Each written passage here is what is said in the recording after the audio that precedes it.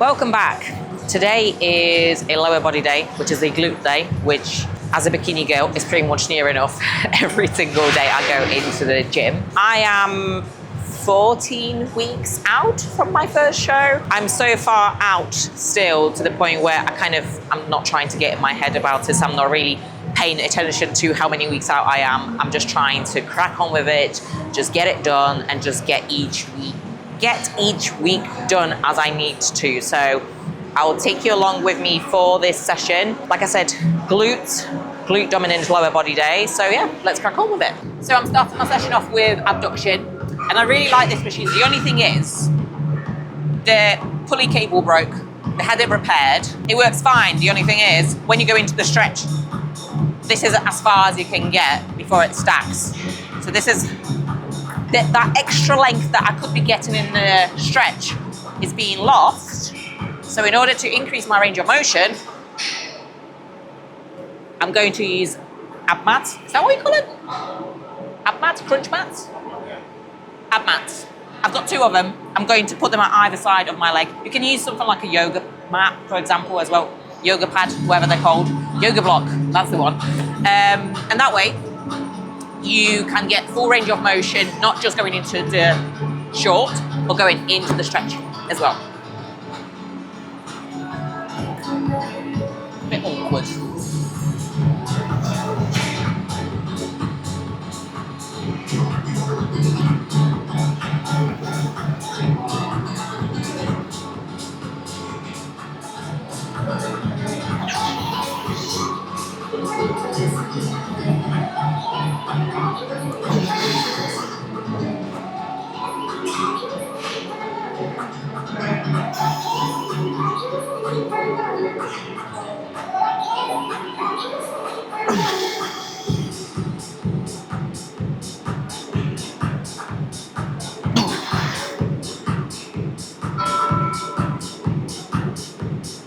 Oh, fucking Christ. If you want these to burn, if you want your glutes to burn and to do a lot of work, as you push out, as you go into the short, hold it there for a second or 2. So you'll thank me later.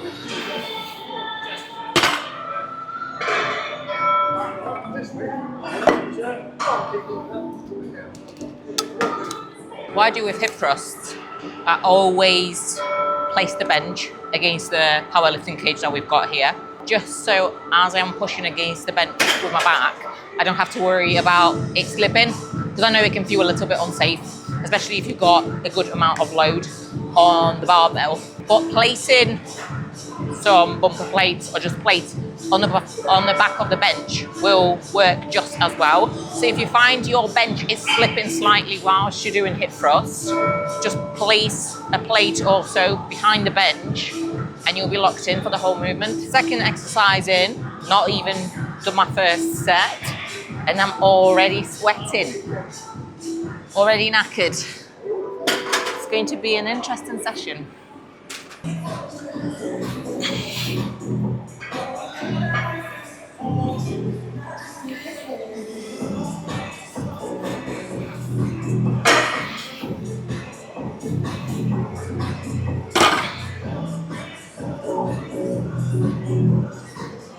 I think I'm going to have to get headphones for this. Fully get in the zone.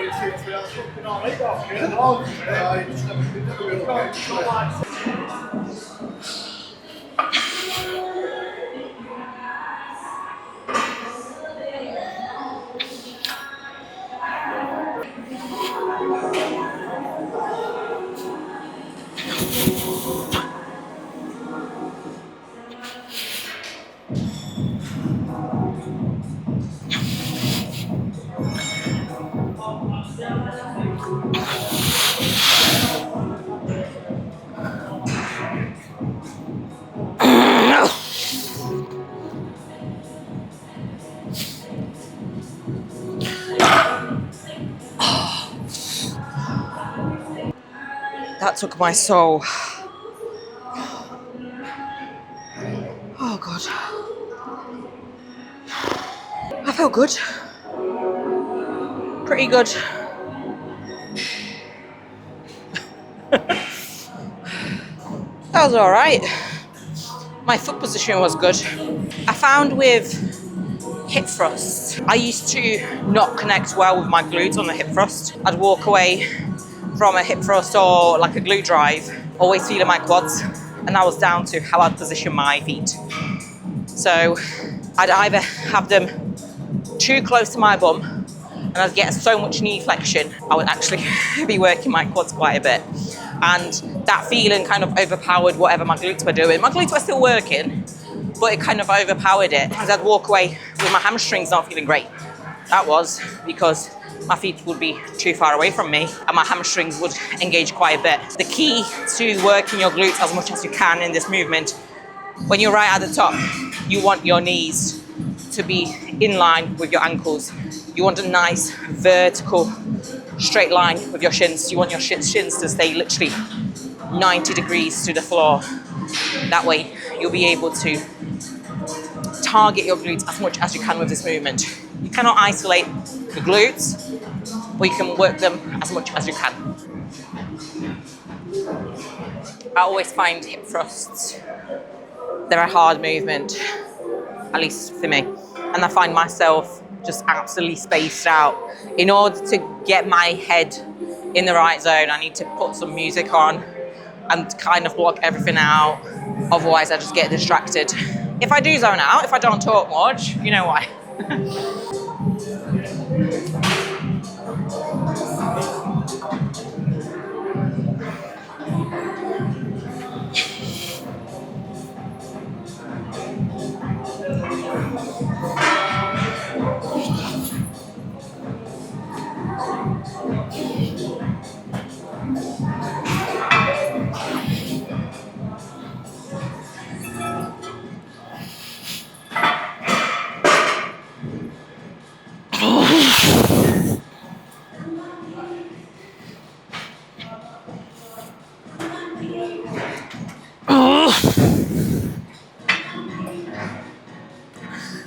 Oh, fuck. Shit.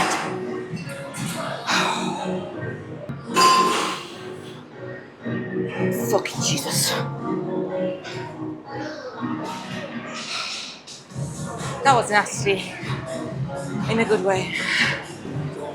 One mistake I see people make when it comes to RDLs is they walk away from the movement with a broken back, because rather than focusing on using their hips to drive the movement, they focus on literally lowering the dumbbells and then picking them back up. If you do that, your back is going to be working. Yes, your back will work ever so slightly, but you want to focus on shifting your hips as far back. So you want to get as much hip flexion as you can, pausing that stretch, and then you want to use your hips to drive you forward for your upper body to come back up, and so the dumbbells as well.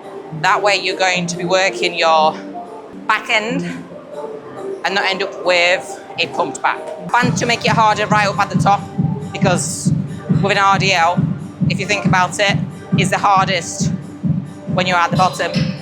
Making it ever so slightly harder right at the top. I'm going to get my dumbbells that I'm going to work with, warm up with them without the band, and I'm going to jump into my first working set. I think I'm going to need my headphones for this one as well. It's a hard movement and I need to focus as much as I can.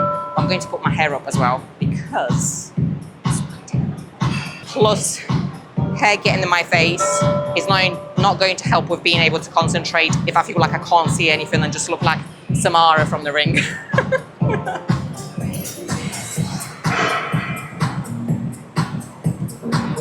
Cue the most awkward exercise to get in and out of.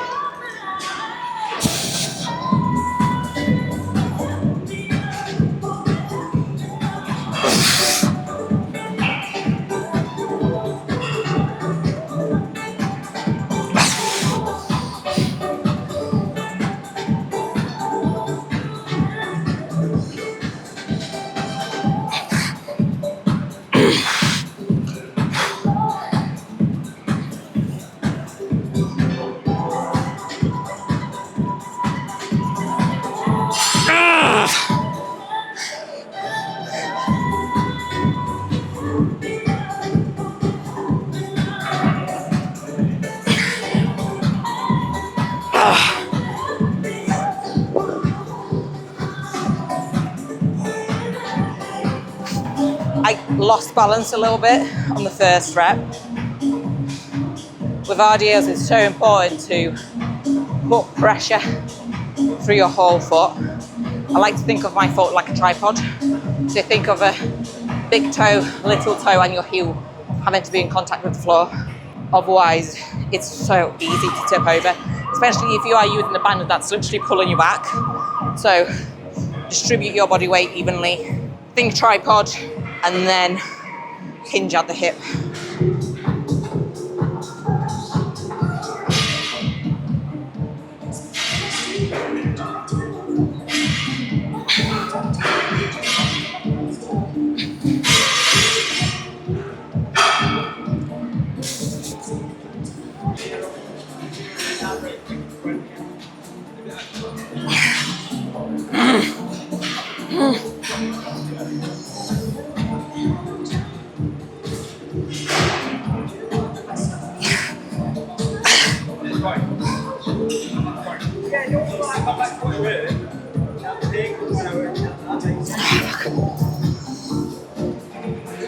Kind of bottled it,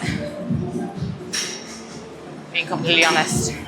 I lost my bracing, just didn't feel good.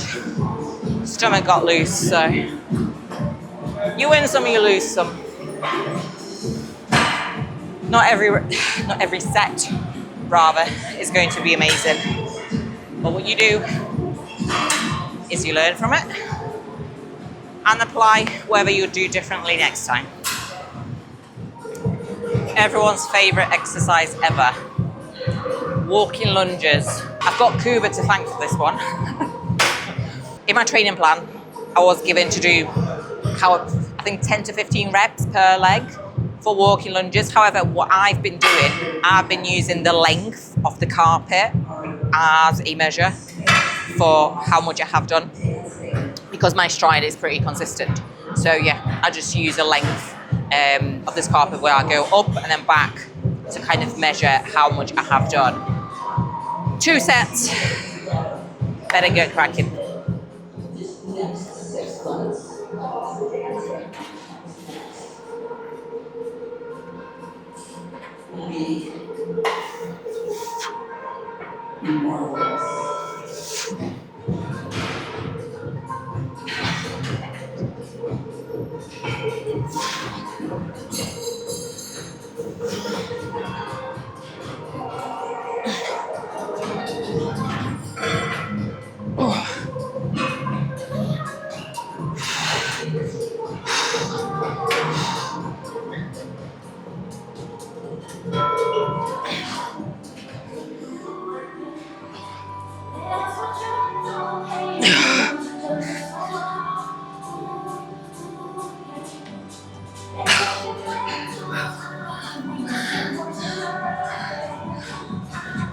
Forget how humbling walking lunges are.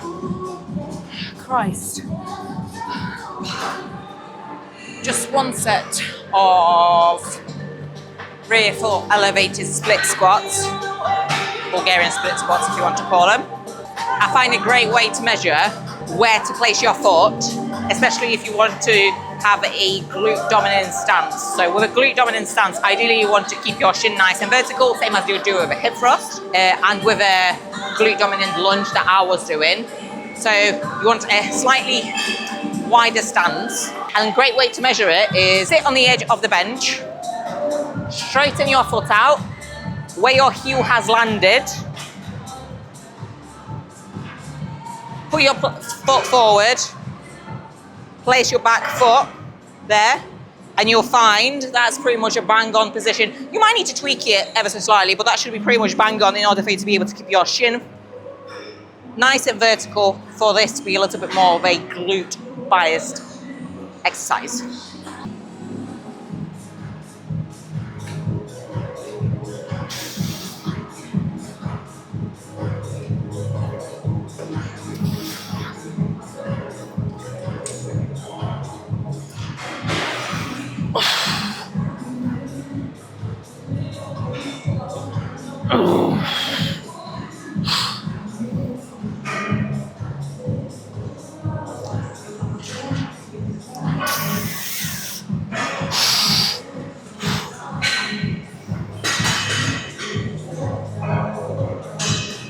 Oh.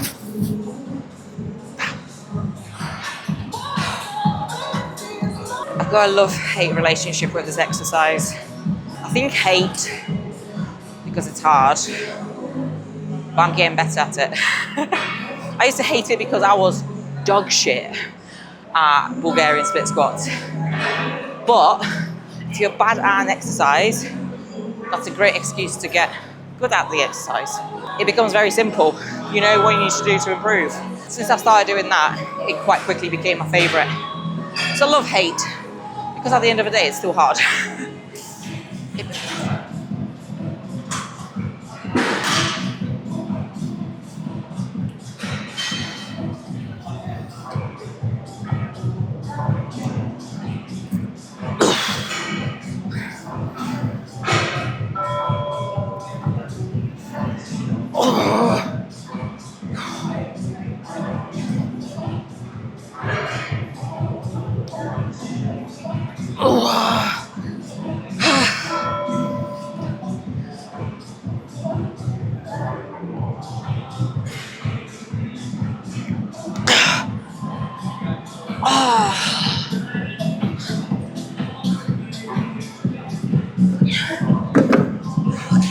I'm glad I've only got one set of this.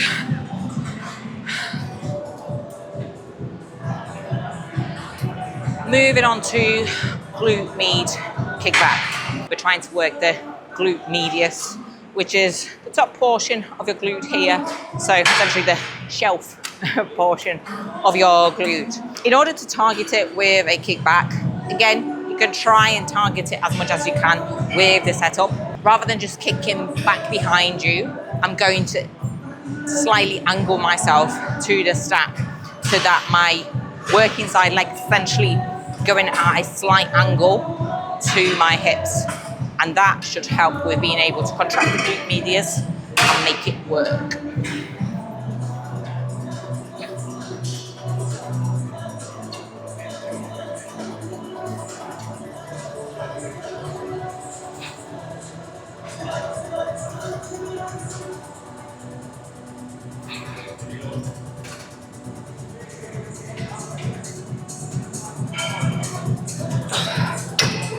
A game changer for me when it comes to any kickback variation has been learning how to control my midsection throughout the movement. So I know the name is kickback, so you feel like you need to be kicking back. However, controlling that midsection, so in any sort of exercise you do, there is a level of you having to keep your core tight. In this exercise, it's extremely important. Keeping that core tight, making sure that you don't allow for your lower back to start coming in. You can actually focus on targeting your glutes rather than walking away with your lower back having done a lot of the work. We want to be working our glutes, not be walking away with a achy lower back. So yeah, keeping that midsection tight is going to be a massive game changer for you for this exercise if you find your lower back takes over.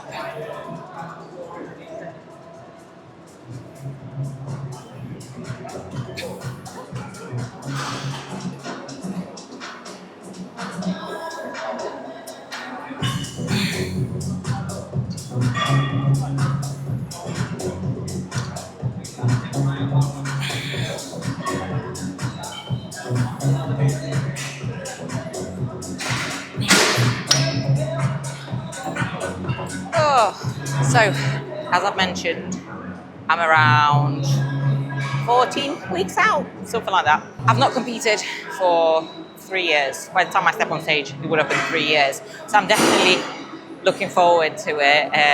I'm ready. It's one of those things where I had a lot going on in the last few years. I wanted to compete last year, but there was just too much I needed to focus on in my private life, in terms of business as well. So this year it is. I'm not going to lie, start prep has been a little bit of a funny one. My body weight hasn't necessarily been playing ball. I've been doing everything that I need to do, and I am getting leaner, but God knows why my body weight is a little bit all over the place. So I reckon together with my coaches, we're going to have to keep an eye on fatigue and sort of inflammation. I think that's what's contributing to it. I've had 2 days off training two days ago. I was meant to go to the gym, and I've just mentioned, you know what, my body weight's gone up again. My legs were feeling a little bit heavy, so coaches have decided rest, have a little bit more food. Body weight came down, so it might be that we just have to keep a close eye on that side of things for me to be able to continue, obviously, progressing in this prep. But I'm really looking forward to it. Today is a very, very exciting day. I've actually got my bikini consult, so I'm going to be designing my bikini. What colour do you reckon I will be going for? All the bikini girls will probably understand it's a big deal, but what colour do you think I should go for, or what colour do you think I've gone for? Let me know in the comments below. But yeah, good day. Prep hopefully will start to pick up. The pace will start to pick up now that I think we understand what's affecting my body weight a little bit more. And yeah, I'm really looking forward to it. Obviously keep you up to date with everything that's happening with my prep on this channel. But if there's anything particular you'd like to see from me, let me know. Last exercise of the session, lying hamstring curl. So I've got 2 sets on here and we'll be done. I've got to say my lower training sessions are quite hard. They're quite strenuous. However, if you find yourself, you know, getting a bit tired, getting to the point where you just can't be bothered towards the back end of your session, that's not how you're going to grow. You know, yes, some exercises have to go towards the back end of the session. Yes, you're going to be tired. We need to be putting effort into every single exercise that you are doing. Does that mean if your leg press is at the beginning of your session as compared to the back end, the weight that you do might be slightly differently because you're fatigued? Yes. However, it's that effort and driving to failure that's going to help you progress and build the tissue that you want. I'm knackered now, but I'm not going to half-ass this. Still need to work hard in order to get what I want out of my session. So that's just something to bear in mind, you know. If you go through your session and towards the end, back end, you're flagging a little bit, think about it, you're closer to the end, but the effort still needs to be there. I'm going to do one warm-up set on here, just to feel it out, get the setup right, and then off we go.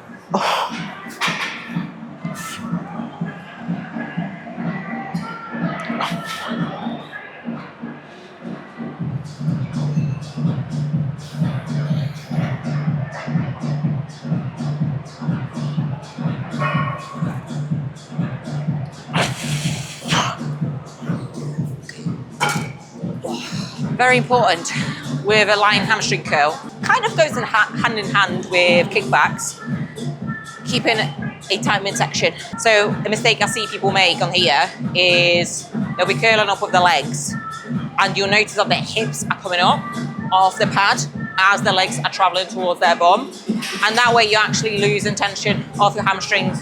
Again, it's going into your lower back. So keeping your core nice and tight, thinking about trying to keep in contact with that pad that you're lying on is going to ensure that your hamstrings are doing all the work with this movement. So anything you do, any exercise that you do in the gym requires a certain level of control of your midsection. So just something to be aware of.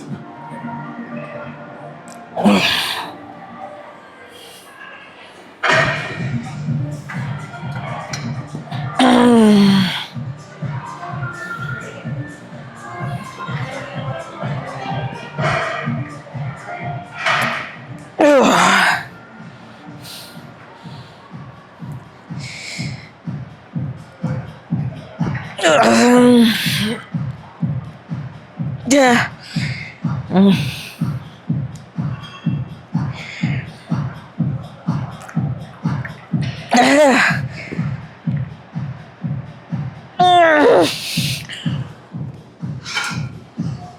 Oh, that wasn't gonna go up. Oh, good session. I feel like I need a shower immediately. Sign of a good session, that.